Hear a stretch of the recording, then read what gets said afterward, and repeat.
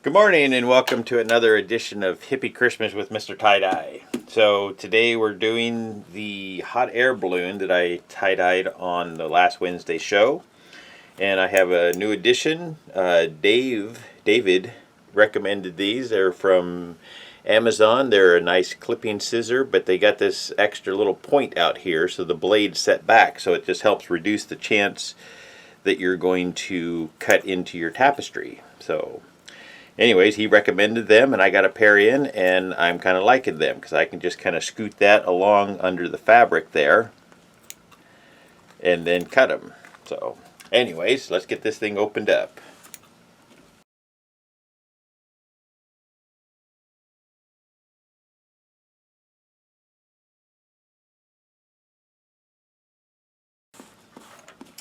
Yeah. Alrighty.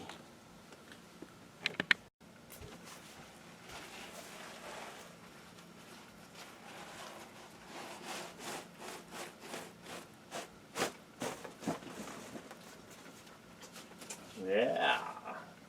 Alrighty, there's the two hot air balloons. We'll get this washed up and pictures posted later. Thank you.